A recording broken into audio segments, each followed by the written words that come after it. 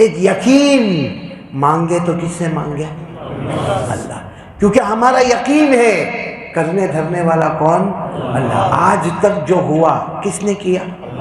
جو ہو رہا ہے، کیا ہو رہا ہے آپ سب کو معلوم ہے، پیٹرول کی لائن، ڈیزل کی لائن، گیس کا بھاؤ بڑھنا گھٹنا، ہم لوگ ایک سوچ میں رہتے ہیں، ہم کو نہیں معلوم کون حق ہے کون غلط ہے، کون کیا چاہتا ہے، ہم کو نہیں معلوم، لیکن اتنا ضرور معلوم ہے کرنے دھرنے والا کون ہے؟ اللہ ہے۔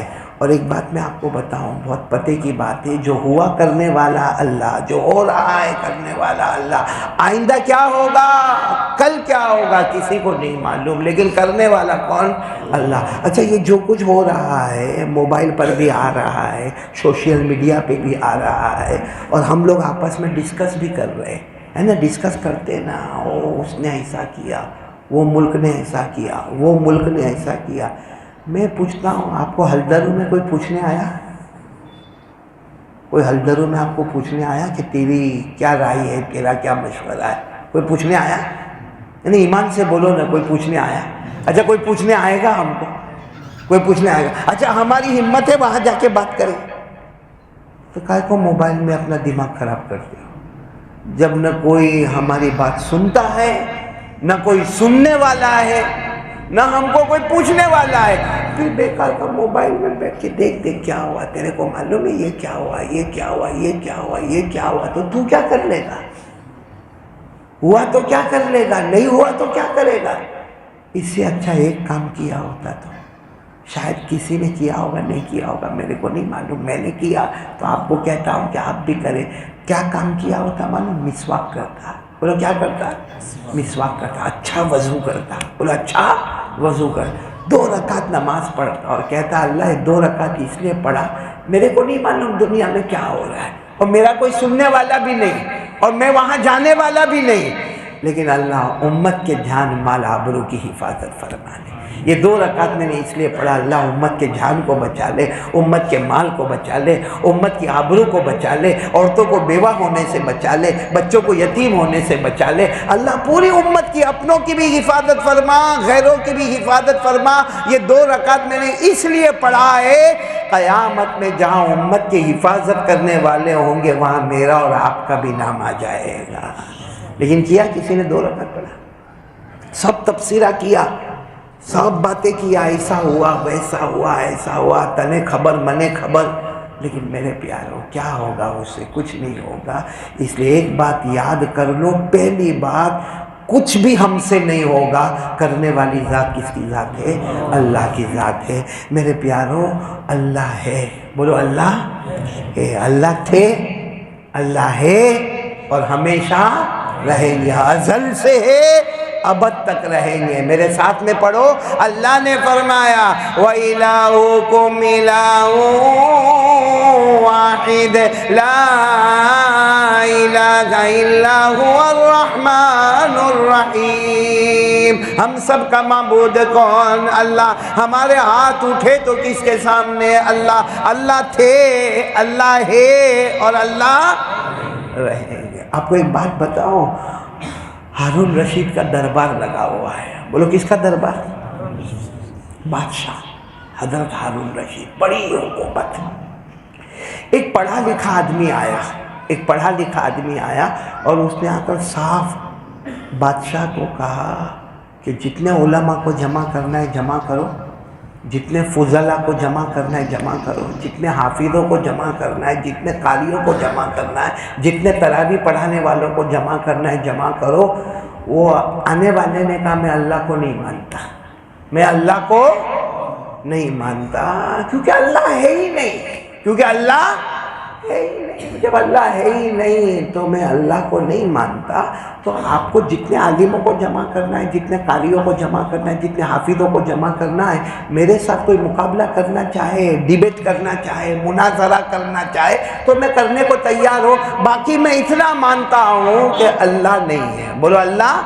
اور جو اس طریقے سے مانتا ہے نا اللہ نہیں ہے، اس کو عربی میں ملحد کہتے ہیں۔ اس کو عربی میں کیا کہتے ہیں؟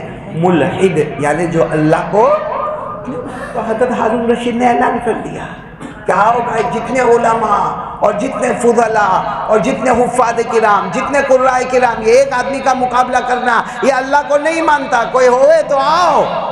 اس زمانے میں امام ابو حنیفہ رحمۃ اللہ علیہ کون سارے علماء کا فیصلہ ہوا کہ کوئی نہیں جائے گا مقابلے کے لیے، ہمارے ایک ہی امام جائیں گے. کون جائیں گے؟ امام اعظم امام ابو حنیفہ. آپ اتنا یاد رکھو، امام ابو حنیفہ. تو امام ابو حنیفہ رحمۃ اللہ علیہ نے، جب وہ زمانہ موبائل کا تو تھا نہیں، امام ابو حنیفہ کو خبر ملی. امام ابو حنیفہ نے کہا ان کو کہہ دو ظہر پڑھ کے آ رہا ہوں. کون سی نماز پڑھ کے آ رہا ہوں؟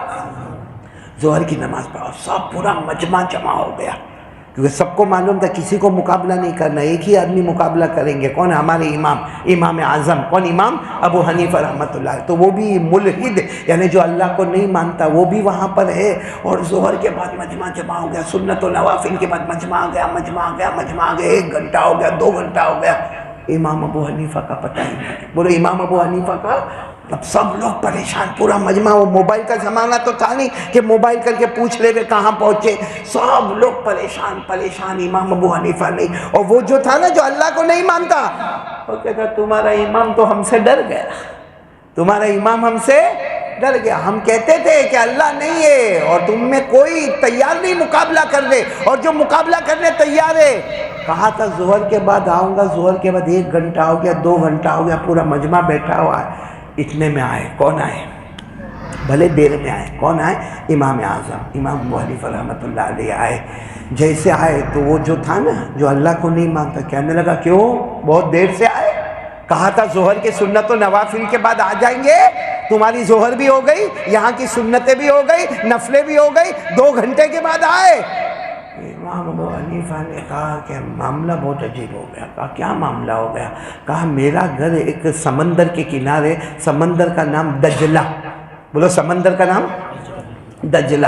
اس کے کنارے میرا گھر ہے، تو پورا سمندر پار کر کے آنا پڑتا ہے. تو ہوا کیا کہ جب میں سمندر پر آیا نا، تو وہاں کشتی نہیں تھی. وہ زمانے میں کیا چلتی تھی؟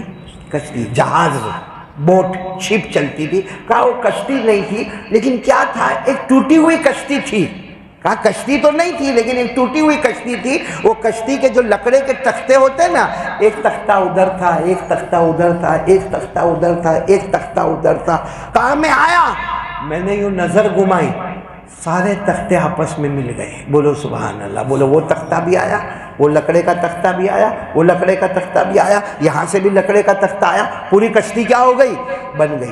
اس کے بعد کہا کشتی بن گئی، دریا میں بھی آ گئی. دریا میں بھی، کیونکہ پہلے کنارے پہ تھے لکڑے، اب دریا میں بھی آ گئی. دریا میں بھی آ گئی، چلانے والا کوئی نہیں. امام ابو حنیفہ کہتے ہیں میں بیٹھ گیا، آٹومیٹک کشتی چلنے لگی. اور کشتی چلتے چلتے دریا پار ہو گیا، میں تمہارے پاس آ گیا.